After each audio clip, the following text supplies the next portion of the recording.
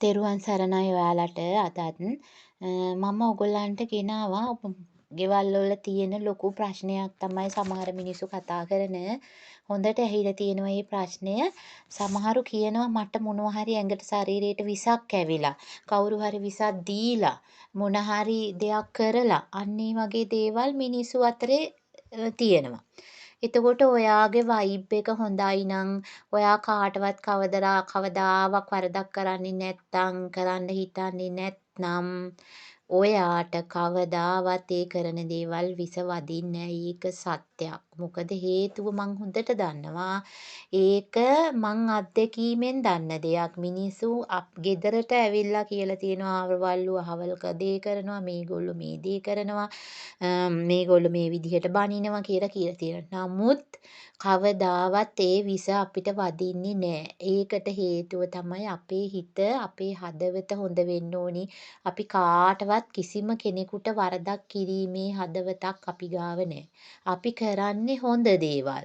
අපි එයාලා කොහොම හිතුවත් කෙරුවත් අපි ගැන දකින විදිය නරක දෙයක් වුණත් ඒගොල්ලොන්ට තේරෙනකොට යම් කෙනෙක් අපි වැරදි කියලා එයාලට වරද්දගෙන ඉවරයි.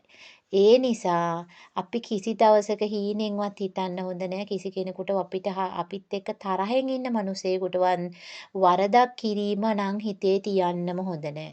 ඒ වගේම ඕගොල්ලෝ දන්නවද? ඔය මිනිස්සු අනවින කරනවා, කොඩිවින කරනවා, නරක වැඩ කරනවා, අරයට මෙහෙම වෙනවට හොඳ නෑ, මෙයාට මෙහෙම වෙනවට හොඳ නෑ කියලා නරක සිත් හිතනවා. කවදාවත් හිතන්න හොඳ නෑ කිසිම දවසක හිතන්න ඕනේ ඔයා හිතුවත් අනේ බුදුරජාණන් වහන්සේ ගාවට ගිහිල්ලා අවසර අරගෙන අනේ මට මේ දෙයක් හිතට පහළ වුණා අයියෝ මෙහෙමනම් දේවල් මේ වෙන්න එපා මේ කියලා ඕගොල්ලෝ සමාව අරගෙන ඒ හිත අයින් කරගන්න. මේක ලස්සන දහමක් අපිට බුදුරජාණන් වහන්සේ දේශනා කරලා තියෙනවනේ මොකද්ද? අපිට මිනිස්සු වැරදි කරන මිනිසුන්ට තමයි යහමාර්ගයට එන්න පුළුවන් වෙන්නේ. වැරැද්දක් කරා කියලා ඒ වැරැද්දේ එල්ලි එල්ලි ඉන්න කියලා නෑ. හොඳම උදාහරණේ මිනිසුනේ අපේ අඟුලිමාල මහරහතන් වහන්සේ උන්වහන්සේ අතින් කොච්චර වැරදි සිද්ධ වුණාද? ඒ වැරදි සිද්ධ වුණාට එයා ඒ වැරැද්දට කවදාවත් මේ ඒ කිසිම දවසක ඒ වැරැද්ද සිද්ධ වුණා කියලා කිසිම දවසක අපේ බුදුරජාණන් වහන්සේ උන්වහන්සේව මේට තවත් වැරදි නොකෙරෙන්නට මඟ බලාගෙන එයා යාමකට ගත්තා මිසක් නරකක් උනේ නෑනේ. ආන්න ඒ නිසා වැරදි කරන්නේ නැති මිනිස්සු කරයි. ඒ කරන මිනිහෙක් වුණත් මේක වළන කෙනා ඔයා අතින් යමක් වරදක් සිදු වෙලා තියෙනවා නම් අය නම් මං කවදාවත් කරන්නේ යම් කෙනෙකුට යමක් වරදක් කරලා තියෙනවා නම් මම නම් අය කවදාවත් කරන්නේ නැහැ කියලා කිසියම් කෙනෙකුට දෙයක් කරලා තියෙන බුදුහාමුදුරන් වහන්සේ ගාවට බුදුරජාණන් වහන්සේ ගාවට ගිහිල්ලා මල් පහන් සුවඳ බුදුන් පූජා කරලා ගිලම්පස එකක් තියලා බුද්ධ පූජාව එකක් තියලා අර කියන්නේ gedara ඉන්න කෙනෙකුට කොහොමද කියන්නේ අන්න ඒ වගේ මගේ බුදු පියාණන් වහන්සේට කියා සිටින්න. කියා හිඳලා මං අද ඉඳන් ඔබතුමාගේ වහන්සේගේ මාර්ගයේම යනවා කියලා කියන්න. කියා හිටින්න. එතකොට හතරවරන් දෙවිවරු හතර දෙනා හතර කොනේ ඉඳලා ඔයාලා දිහා බලනවා. උන්වහන්සේලා බුද්ධ ශාසනය ආරක්ෂා කරනවා. ඒ වගේ මේ බුද්ධ ශාසනය ආරක්ෂා කරන්න ඉන්නවා මහා යක්ෂ සේනාධිපතීන් වහන්සේලා මේක ආරක්ෂා කරන. උන්වහන්සේගේ පරිවාරය කොච්චරක් ඉන්නවද? හතරවරන් හාමුදුරුවන්ගේ පරිවාරය කොච්චරක් ඉන්නවද? මං ඔයාලට දාන්නම්කෝ එයාගේ පරිවාරයත් එක්ක ඉන්න ලස්සන ඇත්තටම ඒගොල්ලන්ගේ ආශිර්වාද ලබා ගන්න මේ එකක් මං ඕගොල්ලන්ට දාන්නම්කෝ නිවුස් ඕස්ට්‍රේලියාවක් ඊළඟට මං දාන්නම්කෝ වීඩියෝ එකක්. ඕගොල්ලෝ ඒක නිකන් අහගෙන ඉඳලා බලා ඉන්නකෝ. උන්වහන්සේගේ කොච්චර පරිවාරයක් ඉන්නවද මේ සම්බුද්ධ ශාසනය ආරක්ෂා කරන්න කියලා. නරක වැඩ කරන මිනිස්සුන්ට ඒ නරක වලටම යොමු වෙන්න මාර්ගය හැදෙනවා. හිත හැදෙන්නේ නෑ. හිත වහනවා. තේරුණාද? හිත වහනවා. මං හොඳට මේක අත්දැකීමෙන් දන්නවා. ඒක මට පේනවා මිනිස්සු කියන දේවල් සමහර විට ඔයා හොඳ කෙනෙක්. ඔයාට සමහර විට මිනිස්සු දොස් කියනවා ඇති ඔයා නරක විදියට දේවල් කරනවා නරක වැඩ කරනවා කවදාවත් ඔයා නොකරන කෙනෙක්. හැබැයි එහෙම නොකරන කෙනෙකුට එයා කරනවා කියලා නරක විදියට කියනවා නම් ඒකත් තමන්ගේම අකුසලයක්මත් තමයි පෙර ආත්මික කරපු. නමුත් ඔයා නිහඬ වෙන්න.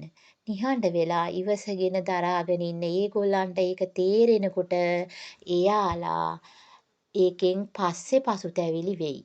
එතකොට අපි නිතර හිතන්න ඕනේ අනේ මේ මිනිස්සුන්ට ඥානය පහළ වේවා කියලා. අපි එතනින් එයාලගෙන් ලිස්සලා අයින් වෙන්න ඕනි. අපි එයා පස්සෙන් අනේ මම මෙහෙමයි, අනේ මන්ට මෙහෙම වෙන්නේ මම මෙහෙම කරන්නේ කියලා වැඳ පස්සෙන් ගියාට එහෙම වැඩක් නෑ. අපි නිහඬ වෙලා පැත්තකට වුණාම අපේ ගමන සාර්ථක වෙනවා.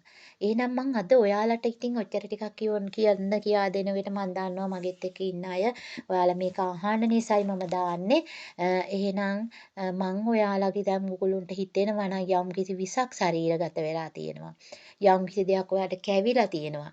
අන්න එහෙමනම් ඔයාලා ගන්න හොඳ පිරිසිදු භාජනයකට වතුර එකක්. උදේට හවසට ගන්න වතුර එකක් අරගෙන ඒ වතුර එකට ලොකු පෝච්චියකට ගන්න. ගෙදර ඔක්කොටම හොඳයිනේ. පෝච්චියකට අරගෙන ඔයා ඉතින් උදේ ආවා බුදුන් වඳින අයනේ මාත් එක්ක මේ ඉන්නේ. බුදුන් වැඳලා එතකොට නැත්තම් වෙන ශාස්ත්‍රවරයන් වහන්සේ නමක් වඳින අය වඳින අයත් මගේ වටේ ඉන්නවනේ මේ ඉන්නවනේ මේකේ ඉන්නවනේ. එතකොට අල්ලා දෙවියන් වඳින අය ඉන්නවා මම දන්නවා හොඳට මගේ ළමයි ඉන්නවා මගෙත් එක්ක මෙතන. එතකොට මම දන්නවා එන අය මේ කීප දෙනෙක් හෝ ඉන්නවා. මම මේක ගොඩාක් ළමයි අතර ප්‍රසිද්ධ කරේ කියන්නේ එහෙම ලොකුවට ප්‍රසිද්ධියක් දාලා නෑනේ. මේකට අවශ්‍ය අය පින්වන්ත අය ඇදිලා එයි මේකට. ඇවිල්ලා ඕගොල්ලෝ ගන්න මේවා. මේවා මේ නිකන් දෙන දේවල්. ඕගොල්ලන්ට අනිවාර්යයෙන්ම ඉතින් හැම කෙනාම YouTube පැකේජ් එකක් දානවනේ. ඉතින් මේකේ තියෙන යහපත් දේවල් ගන්න. අරගෙන යහපත් මාර්ගයට යන්න අපි නිවෙන්න ඕනි. මේවා ඉඳලා මං හැමදාම කියන්නේ ඒකයි. මේකේ කවදාවත් ඉඳලා වැඩක් නෑ. එතකොට මේ ඉපදිලා දිව්‍ය ලෝක සැප, මනුස්ස ලෝක සැප කියා සැපයක් නෑ ළමයෝ කොහේකටවත් කොච්චර ඇත්තට මිනිසුනේ මේවට සැප මොන සැපද? සල්ලි කොච්චර තිබුණත් මොන සැපද? අපිට ජීවත් වෙන්න පින්දාම් කරන්න සල්ලි අවශ්‍යයි. ඒකට අපිට සල්ලි තියෙනවනේ.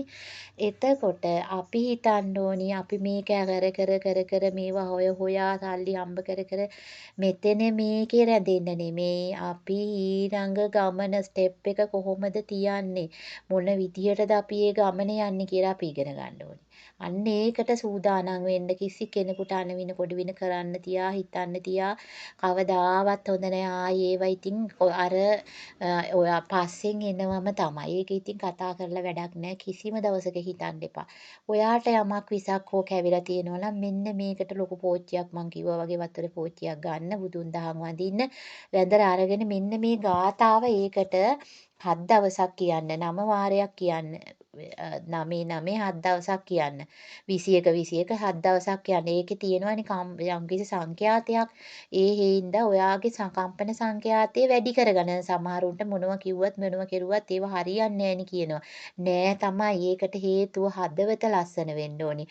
දැන් අපි හුස්ම ගන්නකොට උනත් හදවතින් නරකක් හිතාගෙන හුස්ම ගත්තොත් ඒ හුස්ම ටික යන්නේ හදවතට. ඒක නිසා අපි කවදාවත් නරක හිතන්න ඕනේ එන නරක හිතුවිලි අයින් කරන්න. කේන්ති යනවා මිනිස්සුනේ. ඒක එවලේම පහ කරලා දාන්න මොනවා කරන්න අඬලා ඒක ඉවර කරන්න. නැතුව ගල් හිත් හදාගෙන ඉඳලා වැඩක් නැහැ. එහෙනම් ඔන්න මං කියන ඔයාලා අහගන්න එකපාරක් මං කියනවා තුන් පාරක් කියනවා මම ඕගොල්ලෝ ඒක දවස් දෙකක් අහන්න අහලා කටපාඩම් කරන්න ඔයාගේ වතුර වීදුරුව හෝ ඒ පෝච්චිය ළඟින් මේක තියලා මේක දිහා බලාගෙන ඔයාලා ඒක අහගෙන හත් පාර කියන්න. එතකොට ටික දවසක් යනකොට මොකවත්ම අහන්න ඕනේ නැහැ ඔයාට මතක හිටිනවා. හරි. ඔන්න කියමු. ඕම්